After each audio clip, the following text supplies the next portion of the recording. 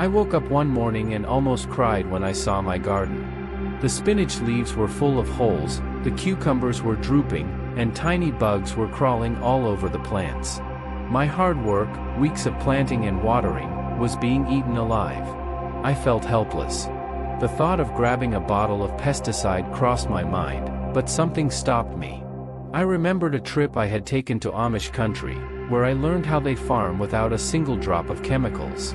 It was a few months ago when I visited Lancaster, Pennsylvania.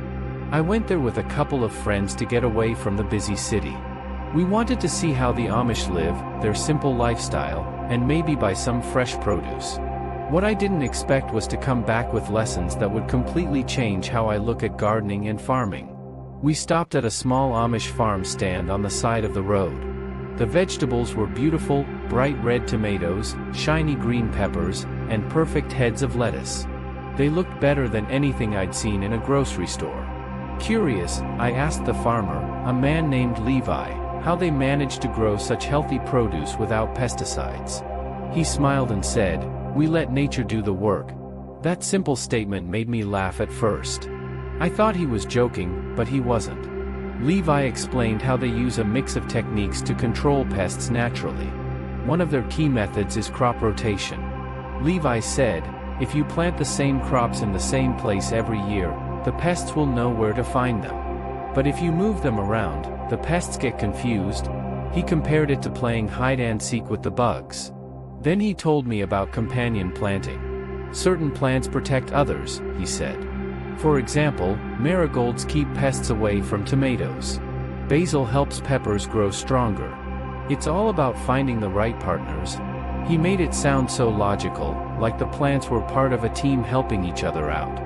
Levi also mentioned attracting helpful insects. Ladybugs and bees are your friends, he said. Ladybugs eat the bad bugs, and bees help pollinate the flowers. We plant wildflowers nearby to invite them into the garden. At the time, I was impressed, but I didn't think I'd need to remember all of this. After all, modern methods like pesticides are quicker and easier, right? That's what I thought, until my garden turned into a buffet for bugs. So, standing in my backyard, I decided to try Levi's way. First, I planted marigolds near my tomatoes and basil around my peppers. I also scattered wildflower seeds in a small patch to attract bees and other good bugs. Then, I made a homemade spray using water, a little dish soap, and garlic, a trick Levi had mentioned to deter pests without harming the plants. Over the next few weeks, I watched in amazement as my garden started to recover. The marigolds did their job, and I noticed fewer bugs around the tomatoes. Ladybugs appeared, munching on aphids, and the plants began to look healthier. Even the cucumbers perked up. The more I worked with these natural methods, the more I realized how different they are from modern approaches. Most of us use pesticides because they're fast and effective. But what we don't think about is how those chemicals affect the soil, the water, and even the food we eat. Pesticides kill not just the bad bugs but the good ones too. They disrupt the balance of the ecosystem. Levi's approach, on the other hand, works with nature instead of against it. It's slower and requires more effort, but it's sustainable. It doesn't harm the environment, and it produces healthier food. Watching my garden come back to life using these methods made me think about the bigger picture. Modern farming is all about speed and quantity.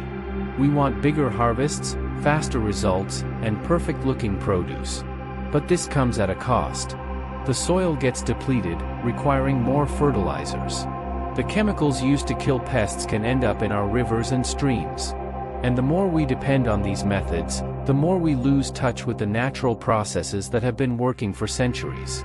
The Amish don't just grow food, they nurture the land. They understand that the soil, the plants, and the insects are all connected. When I asked Levi if he ever felt overwhelmed by the work, he just smiled and said, "It's not work if you enjoy it." That stuck with me. Gardening had always felt like a chore to me, something I did because I wanted fresh vegetables. But now, it felt like a partnership with nature. I wasn't just growing food, I was learning how to listen to the land. I've started sharing what I've learned with friends and neighbors. Some of them are hesitant, saying it sounds like too much work. but others are curious, especially when they see how well my garden is doing. I've even helped one neighbor set up her own companion planting system, and she's already seeing results. The Amish method isn't just for small gardens. It can be scaled up for larger farms too. It's about rethinking how we grow food, moving away from chemicals and back to natural solutions. It might take more time and effort, but the rewards are worth it. Healthier food, a healthier environment, and a deeper connection to the earth, those are things you can't put a price on. As I sit in my garden now, watching the bees buzz around the wildflowers and the sun set over the rows of vegetables, I feel a sense of peace. The bugs haven't disappeared completely, but that's okay. They're part of the balance. And as Levi said, nature knows how to keep order, if we're willing to listen.